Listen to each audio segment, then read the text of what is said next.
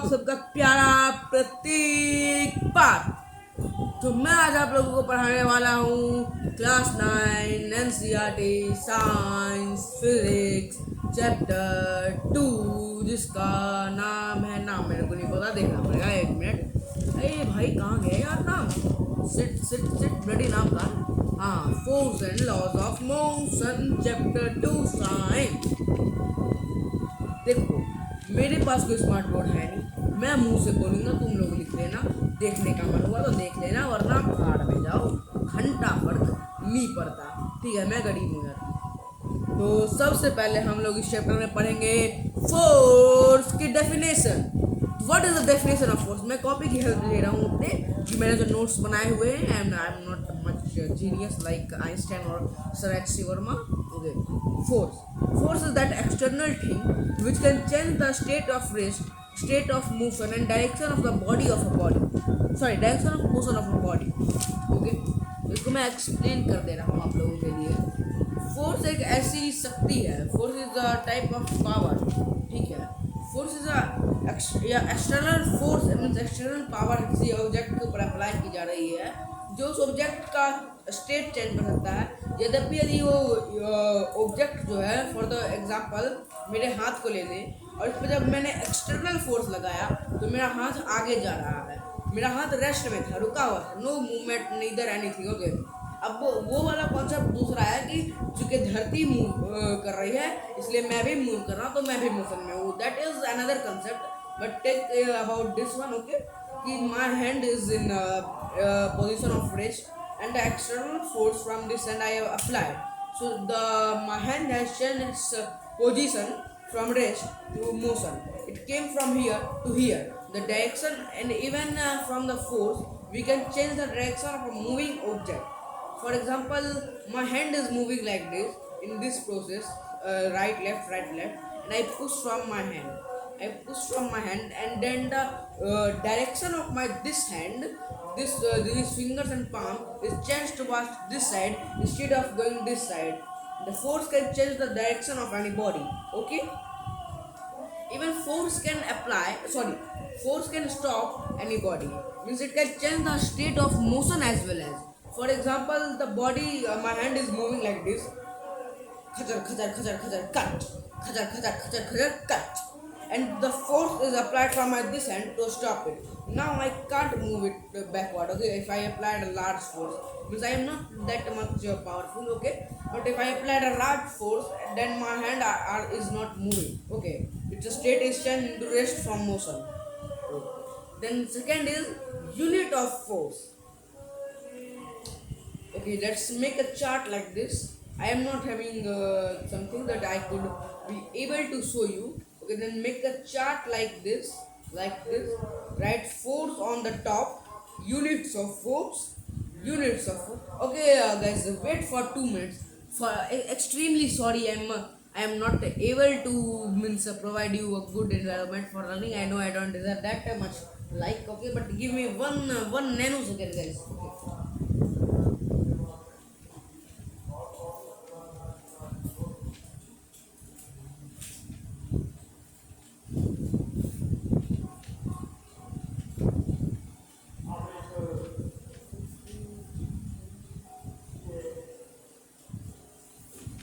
2 minutes, guys. Only 2 minutes.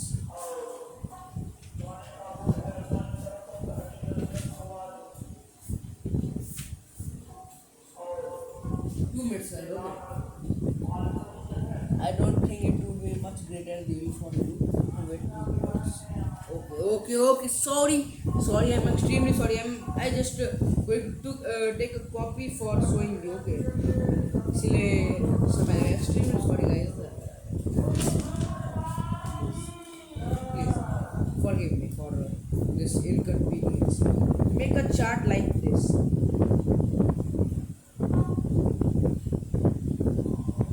I am showing you guys. Wait 2 minutes. Little time. Okay. 2 minute रुक जाओ भाई. ठीक है. Units of force. Absolute unit. There are basically two types of unit of force. Force जो होता है, force pressure, उसके 2 unit होते हैं. first unit is absolute unit and another unit is gravitational unit. Okay, see, like this, make a chart like this. Here units of force and here absolute unit and here gravitational unit. Okay, and now the types of absolute unit. Okay, make types of absolute unit. Like again, draw a line from absolute unit divided into parts like this. You can see like this. Okay, the first unit in the absolute unit is the SI unit. SI unit. SI unit of any force or anything. Okay, SI unit. The unit of the SI unit is Newton, which is denoted by N. Okay, SI unit जो होता है और उसकी जो unit होती है, मतलब जिससे उसको डिनोट किया जाता है, उसको N कहते हैं, फोर्स का। फोर्स SI यूनिट से जब फोर्स को डिनोट किया जाता है, तो जिस यूनिट से डिनोट किया जाता है उस यूनिट को हम लोग कहते हैं न्यूटन। एन से उसको हम लोग डिनोट करते हैं बेसिकली, ठीक है। And second unit of the absolute unit of the force is CGS unit. The full form of CGS unit is centimeter, gram and second. And the unit of CGS is dyne. Not that dyne, okay. Which type, okay. भूतनी वाली dyne नहीं. Dyne है DYNE, dyne. Okay. And another unit again. Gravitational. Gravitational also have two parts, SI and CGS. And the SI unit of gravitation is denoted by gravitational unit is 1 kg F or 1 kg weight. 1 kg force, either 1 kg weight. While gravitational unit of CGS is denoted by 1 gram force or 1 gram weight. Absolute unit. But our value of acceleration is not equal to gram. Okay. Sorry. Value of acceleration is not equal to gravity. I am extremely sorry. SI unit of absolute unit, if the mass is 1 kilogram, then force would be 1 meter second square. So F equals to M into A. The formula of the force is mass multiplied by acceleration. So F equals to 1 kg into 1 meter square. I am just giving a question example. Okay, if force is 1 kilogram and mass is 1 kilogram and the force is 1 meter squared. Okay, then force barabar M into A. So the force would be 1 kg meter square. Oh, sorry. 1 meter per second square is the acceleration. I'm extremely sorry, guys. Sorry, bhai. ठीक है, acceleration है 1 kg meter second square is the acceleration and the force is 1 kilogram. अगर हम इसी topic को CGS unit में लेते हैं तो क्या करेंगे, अगर हम मास को 1 किलोग्राम लेते हैं और फोर्स को 1 सेंटीमीटर स्क्वायर लेते हैं तो F equals to 1 into 1 by gram centimetre second square. F equals to 1 gram centimetre second square अगर हम डाइन में रिप्रेजेंट कर रहे हैं, ठीक है. अब एग्जांपल लेते हैं. अरे आप लोग जानते हो गाइस कि एक डाइन का वैल्यू क्या होता है? 10 to the power 5 newton is the value of 1 dyne. एक डाइन का वैल्यू होता है 10 to the power 5 newton which is 1 lakh newton forces. अब दूसरी बात, व्हाट इज ग्रेविटेशनल यूनिट? के लाडले, what is gravitational unit?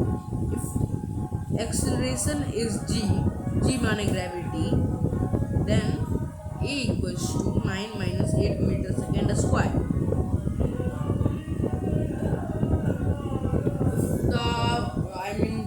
Gravitational unit is basically used. Note कीजिए आप. Gravitational unit is basically used when the object is falling from a certain height. जैसे ये diary है, अपने डायरी मैं मोबाइल गिरा हो गया, एक सेकेंड.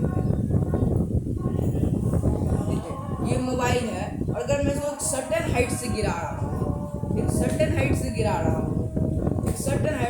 हूँ, तो जो नीचे का सरफेस है, जो मेरा बेड है, इधर जो मेरी ज़मीन है और जहाँ पे मैं बैठा हुआ हूँ, वो इस मोबाइल पे कितना फोर्स लगा रहा है, इसको ग्रेविटेशनल यूनिट से पता करते हैं।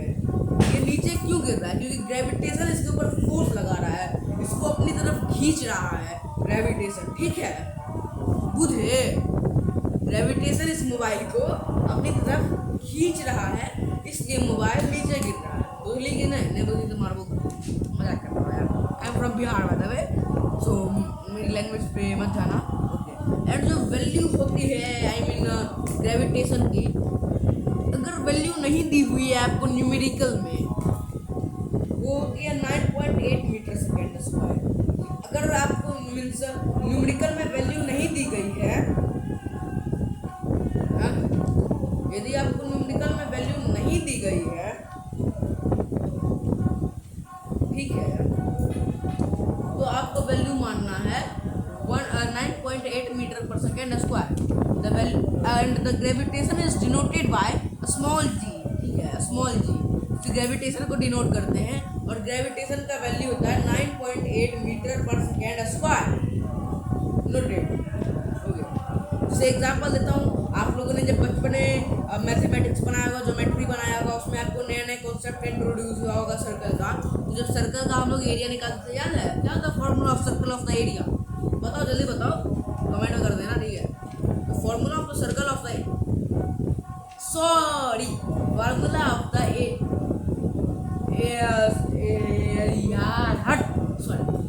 Formula of the perimeter of the circle is what?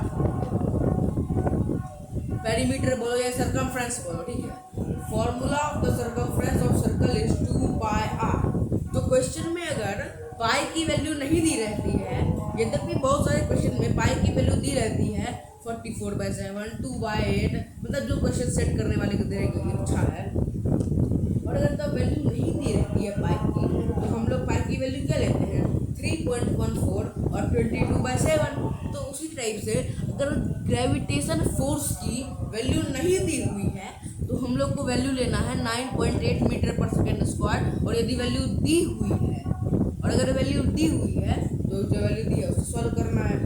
तो ऐसा यूनिट जो होता है ग्रेविटेशनल यूनिट में, उसमें अगर मास जो है उसको 1 किलोग्राम फोर्स में डिनोट किया जाता है, और acceleration 9.8 metre per second square है, और फोर्स का वैल्यू जो होता है, फोर्स का जो फॉर्मूला होता है वो होता है मास इनटू एक्सेलरेशन। फोर्स मेरे को 1 किलोग्राम बताया गया है और एक्सेलरेशन 9.8 दिया गया है, और यूनिट क्या होगा? अब यूनिट मास का ले लेते हैं, मास का यूनिट किलोग्राम होता है और एक्सेलरेशन का यूनिट हम लोग को मीटर पर सेकेंड स्क्वायर दिया है। तो ये जो पूरा इक्वेशन निकलेगा और इक्वेशन का जो सॉल्यूशन निकलेगा उसका वैल्यू क्या होगा? केजी पर मीटर सेकेंड स्क्वायर। समझे, बुझे? तो F equals to 1 kilogram, so 1 into 9.8 equals to 9.8 kilogram metre per second square. So the value of the force is 9.8 kilogram metre upon second square, ठीक है। अगर आपको क्वेश्चन में मास 1 किलोग्राम दिया है, ठीक है, मास एक बॉडी है, ये मोबाइल है, इसका मास, इसका सर्टेन मास x है, और इसको जब मैं नीचे गिरा रहा हूँ, ये एक्सेलरेशन से नीचे गिर रहा है, वो एक्सेलरेशन 9.8 है। मेरे को फोर्स निकालने के लिए अगर कहा गया है, तो फोर्स का फॉर्मूला होता है मास इंटू एक्सेलरेशन, और मास 1 किलोग्राम है, एक्सेलरेशन क्या है? 9.8, so 1 into 9.8 equals to 9.8 kilogram metre per second square is the answer, बुझे? And now for CGS unit. CGS unit में यदि जो इस मोबाइल की वैल्यू दी हुई है वो x kg नहीं दी हुई है, ये जो डिवाइस है, ये जो ऑब्जेक्ट है, इसकी वैल्यू जो दी हुई है, इसका हमें मास दिया हुआ है मेरे को, वो किलोग्राम में नहीं दिया हुआ है, वो मेरे को दिया गया है ग्राम में। मान लीजिए इसका वैल्यू मेरे को x ग्राम दिया गया है या 1 ग्राम दिया गया है। और यहाँ पे एक चीज़ याद रखनी है, ग्रेविटेशनल यूनिट में एक्सेलरेशन यदि चाहे CGS में रहे या SI में रहे, एक्सेलरेशन अगर नहीं दिया हुआ है तो हम लोग को एक्सेलरेशन 9.8 ही लेना है, और CGS unit means metre per second square, तो मीटर को अपन लोग को सेंटीमीटर में कन्वर्ट करना है, और एक्सेलरेशन क्या है? 9.8 मीटर पर सेकेंड स्क्वायर। तो मीटर को सेंटीमीटर में कन्वर्ट करेंगे तो 9.8 मल्टीप्लाइड बाय, जल्दी बताओ, तुम लोग बताओगे, tell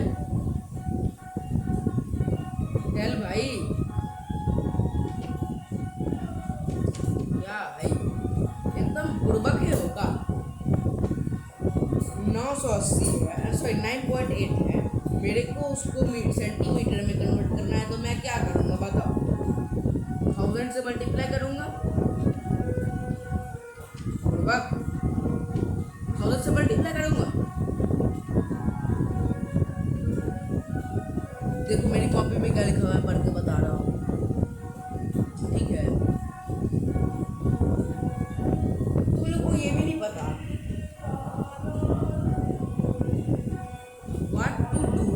what to do if we have to convert 9.8 metre into centimetre, ये नहीं पता है तुम लोग को? You guys don't know। देखो इसके लिए क्या होता है, मीटर को सेंटीमीटर में कन्वर्ट करने के लिए जानते हो क्या करते हैं? जो गिवन मीटर का वैल्यू दिया गया है ना हम लोग को, जिसे मीटर का वैल्यू 9.8 दिया गया है, उसको अपन लोग ना 100 से मल्टीप्लाई कर देंगे। So 9.8 multiplied by 100 equals to 980 centimetre. अब फोर्स का वैल्यू क्या होगा? Mass into acceleration. मास 1 ग्राम दिया है, सो 1 इंटू 980, और यूनिट क्या होगा? सेंटीमीटर पर सेकेंड स्क्वायर। सेंटीमीटर पर सेकेंड स्क्वायर, तो 980 सेंटीमीटर पर second square is the value of force.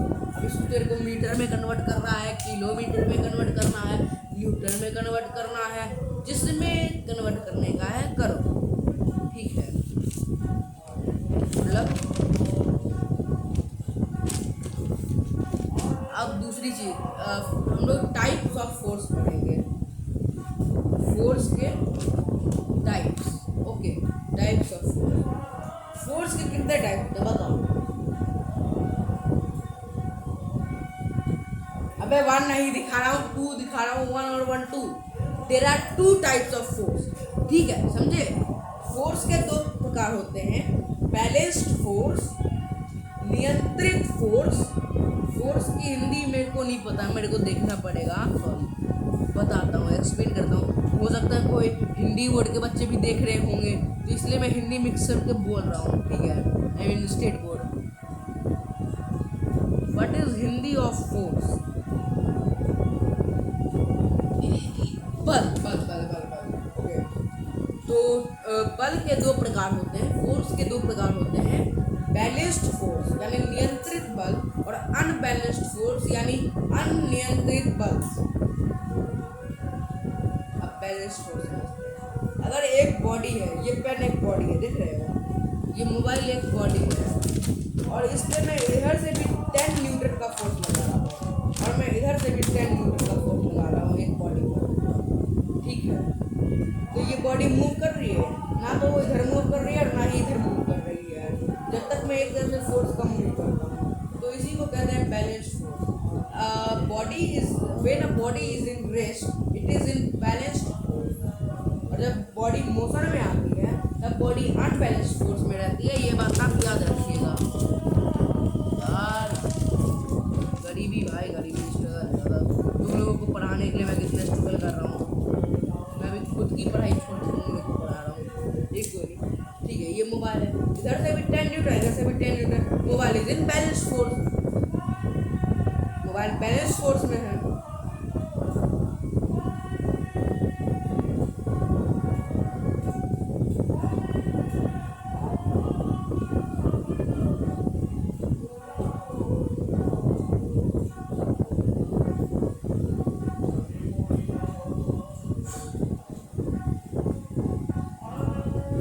पर एक ही डायरेक्शन में फोर्स लग रहा है, इधर से जो फोर्स लग रहा है ना, वो भी इधर लग रहा है। अगर फोर्स इधर लगा रहे होते, अगर मैं फोर्स इस साइड लगा रहा होता इस बॉडी से, यानी सेम डायरेक्शन में फोर्स लगाऊंगा, तो भी बॉडी मूव करेगी।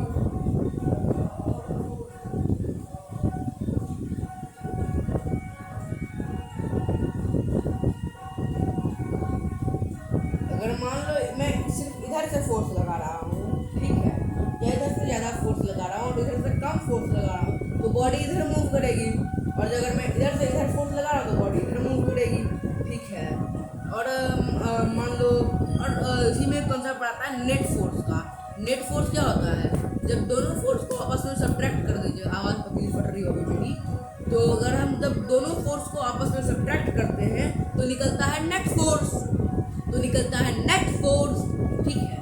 जैसे अगर इधर से भी मैं 10 न्यूटन लगा रहा हूँ, इधर से भी 10 न्यूटन लगा रहा हूँ, तो नेट फोर्स होगा 0।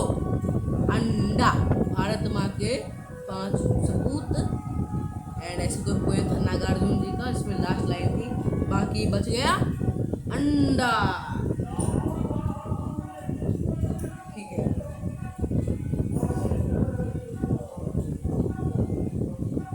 और मान लीजिए इधर से 5 न्यूटन का फोर्स लगा रहा हूँ, उधर से 10 न्यूटन का फोर्स लगा रहा हूँ, तो नेट फोर्स होगा 10 - 5।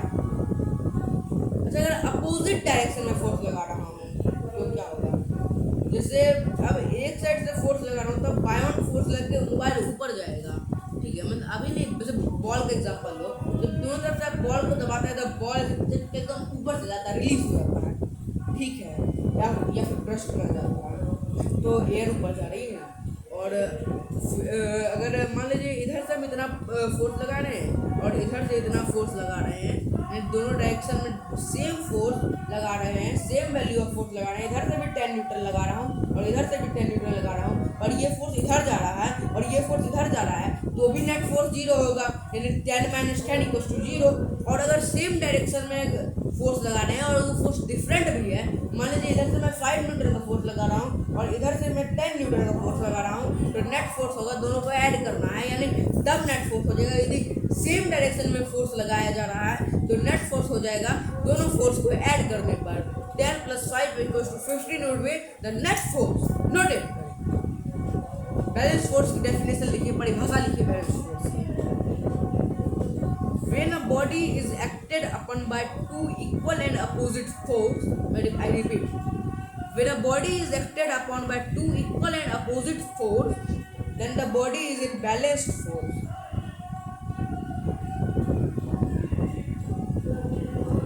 जब एक बॉडी पर 2 इक्वल और अपोजिट फोर्स लग रहा है, कचर कुचर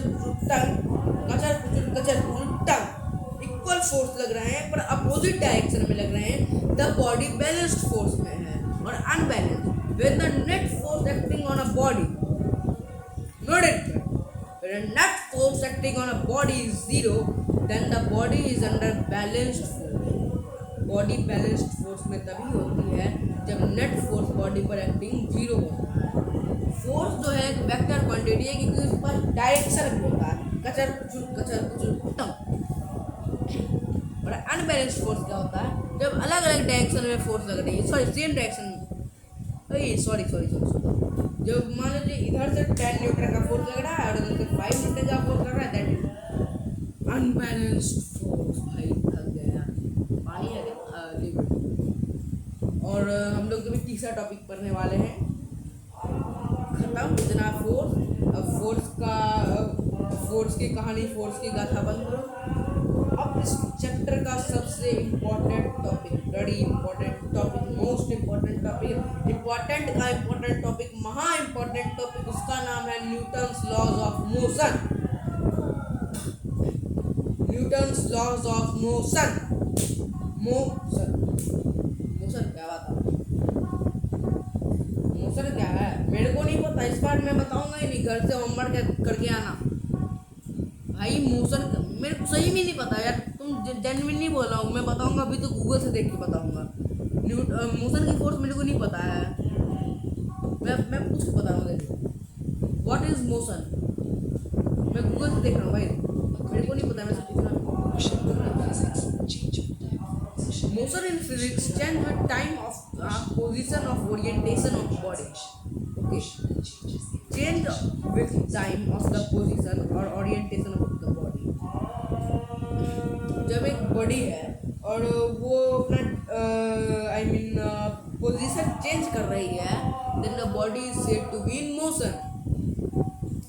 जब बॉडी अपना पोजीशन चेंज कर रही है in respect to time, then body is said to be in the motion. ये बॉडी है और इसको ऐसा किया तो वो अपना पोजीशन चेंज की टाइम के रिस्पेक्ट में, तो उसको कहते हैं motion. Newton's laws of motion are as follow.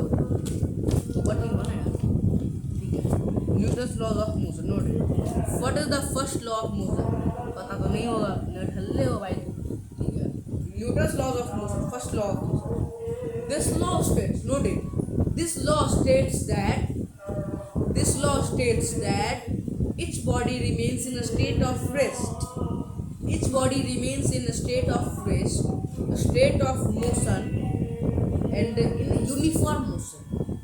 Body remains in uniform motion until and unless an unbalanced external force is acted upon it. जो बताया मैंने। अरे यार, हवा मत चलाओ तो गर्मी लगती है, हवा चलाओ तो पेज उठते हैं। ये बॉडी है, ये बॉडी अपना मौज में फोर्स में मूव कर रही है। अब इसका डायरेक्शन चेंज करने के लिए until and unless मैं इस पर कोई एक्सटर्नल फोर्स लगाऊंगा, until and unless मैं इस पर कोई एक्सटर्नल फोर्स लगाऊंगा, until and unless इस पर मैं कोई एक्सटर्नल फोर्स लगाऊंगा, ये बॉडी अपना डायरेक्शन, अपना स्टेट ऑफ मोशन और स्टेट ऑफ रेस्ट चेंज नहीं करेगी। ये बॉडी रेस्ट में है, ये बॉडी रेस्ट में है। अब ये अपने आप को हटने नहीं लगेगी। हाँ, ऐसे भगवान आएंगे, ऐसे लेंगे, उठा के फेंक देंगे, ऐसे तो होगा नहीं। अंटिल मैं इस पर अपना फोर्स अप्लाई करूँ, अंटिल मैं इस बॉडी पे फोर्स अप्लाई करके इसको नीचे गिराऊँ, तभी ना ये अपना rest of state of rest को चेंज कर रही है। ऐसे तो ये बॉडी जो है या तो रेस्ट में है तो रेस्ट में ही रहना चाहती है, मोशन में होती है तो मोशन में ही रहना चाहती है। मतलब बॉडी बहुत आलसी होती है, वो ऑब्जेक्टिव लेजी, बॉडी आलसी होती है। और जब तक मैं इस पर कुछ अप्लाई नहीं करूँगा एक्सटर्नल फोर्स, बॉडी अपना स्टेट चेंज नहीं करेगी और ना ही डायरेक्शन चेंज करेगी। ये सीधा सीधा जा रहा है 90 डिग्री खराब। जब तक मैं इसको पुश नहीं करूँगा ये लेफ्ट नहीं जाएगा ना, ये तो नॉर्थ साउथ जा रहा है। जब तक मैं इसको पुश नहीं करूँगा ये लेफ्ट नहीं जाएगा। ठीक है, तो फोर्स के बिना दुनिया में कुछ भी नहीं हो सकता है। इधर पंखा घूम रहा है, फोर्स से घूम रहा है, वो बल्ब जल रहा है, मैंने स्विच दबाया, वो फोर्स से हुआ। तुम बोल रहे हो, तुम फोर्स से बोल रहे हो। मैं लिख रहा हूँ तो मैं फोर्स से लिख रहा हूँ। दुनिया में everything is based on force. Now what is inertia? The incapability of a body due to which it cannot change its state of rest, a state of motion and direction of motion by itself. It is called inertia of body. यही inertia यही है। जब तक किसी body के ऊपर मैं until and unless I produce force on any body, the body will not change its state of motion, state of rest or state direction of motion. Inertia 3 types के होते हैं। There are 3 types of inertia. Number 1 inertia of motion. पहले इसका आता था, छोटा सा topic है, मैं बोल के निकल जाऊंगा, तुम लोग को एक्सप्लेन नहीं करूंगा, और करूंगा तो तुम लोग एक बार ज़्यादा रिपीट कर देंगे, नहीं बोलोगे नहीं। ठीक है, इनर्शिया ऑफ रेस्ट क्या है? मैं इनर्शिया ऑफ रेस्ट बोलूँगा तो मोशन मैं नहीं बोलूँगा, मोशन मैं रेस्ट बोलूँगा। ठीक है यार, सोच रहे हो कि सब बोका टीचर है, एक तो कुछ है नहीं, बस लेक्चर दे के जा रहा है, बोर्ड का यूज ही कर रहा है। मैं गरीब हूँ भाई। इनर्शिया, मैं एडिटिंग के बिना वीडियो डालूंगा। ठीक है, 0 एडिटिंग रहेगी वीडियो। लाइक करना होगा कर लेना, कूट देंगे, कूटेंगे नहीं यार, डेमोक्रेसी है भाई, इसको जो करना है करे।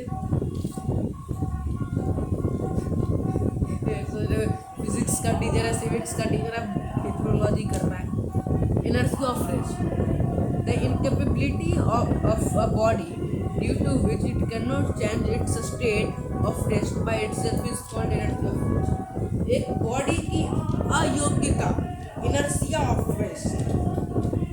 एक बॉडी की इनकैपेबिलिटी है कि वो जो बॉडी है अपने स्टेट ऑफ रेस्ट को, यानी ये जो है बॉडी रेस्ट में है तो अपने स्टेट ऑफ रेस्ट को ये body on it's on change नहीं कर सकती है until and unless any external force is applied on it.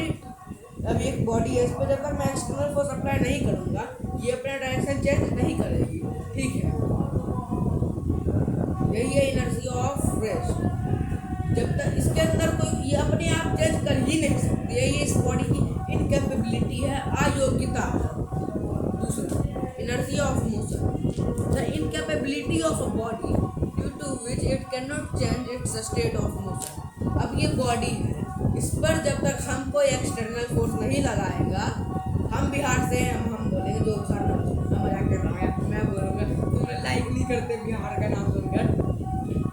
ये जो बॉडी है मोशन में, body is moving, I am in motion, world is motion, Prithvi motion में, अर्थ मोशन में है। तो ये बॉडी मूव कर रही है north south north south north south. अब जब तक इस पर मैं कोई एक्सटर्नल फोर्स लगाकर इसको रोकूंगा नहीं, जब तक मैं इस पर कोई एक्सटर्नल फोर्स लगाकर इसको रोकूंगा नहीं, तब तक ये अपने मोशन से हटेगी नहीं, ये रेस्ट में नहीं आएगी, ये मोशन में ही रहेगी, ये मोशन में ही रहेगी, ये मोशन में ही रहेगी। समझ गए? अब इनर्शिया ऑफ डायरेक्शन क्या है? What is inertia of direction? अब बॉडी जो है north south north south north south जा रही है, बॉडी जो है north south north south north south जा रही है, एन एस डायरेक्शन में जा रही है। अब जब तक मैं इस पर कोई एक्सटर्नल फोर्स अप्लाई नहीं करूँगा, ये लेफ्ट राइट नहीं जाएगी। until and unless any external force is applied on a body would not change its direction। एक बात आप लोग नोट कर लीजिए, यदि किसी बॉडी में मास बहुत ज़्यादा, ये हल्की बॉडी है और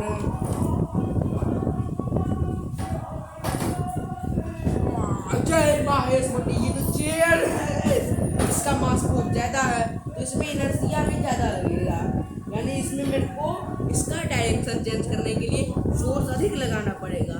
मेरे को इसका I mean state of rest को स्टेट ऑफ मोशन में बदलने के लिए फोर्स ज़्यादा लगाना पड़ेगा। मेरे को इसके स्टेट ऑफ मोशन को स्टेट ऑफ रेस्ट में बदलने के लिए फोर्स ज़्यादा लगाना पड़ेगा। मोर मास मोर एनर्जिया, भारी इनर्शिया, भारी चीज़ को मेरे को उसका स्टेट चेंज करने में ज़्यादा पावर लगता है, ज़्यादा फोर्स लगता है। ठीक है, नो एक बार नोट कर लीजिए, first law of motion gives us the measure of force and inertia. Newton का जो प्रथम नियम है फर्स्ट लॉ ऑफ मोशन, हमें इनर्शिया यानी जो नियम है और फोर्स है, इन दोनों के बारे में अत्याधिक जानकारी देता है।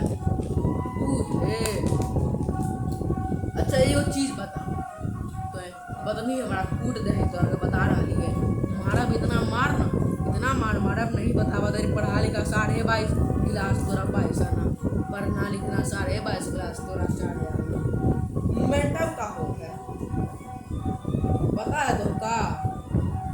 खाली मोबाइल की जगह मोमेंटम का होता है, मोमेंटम या फिर लीनियर मोमेंटम। तो मोमेंटम के दो टाइप होते हैं, ठीक है, मोमेंटम के दो टाइप होते हैं। मोमेंटम ना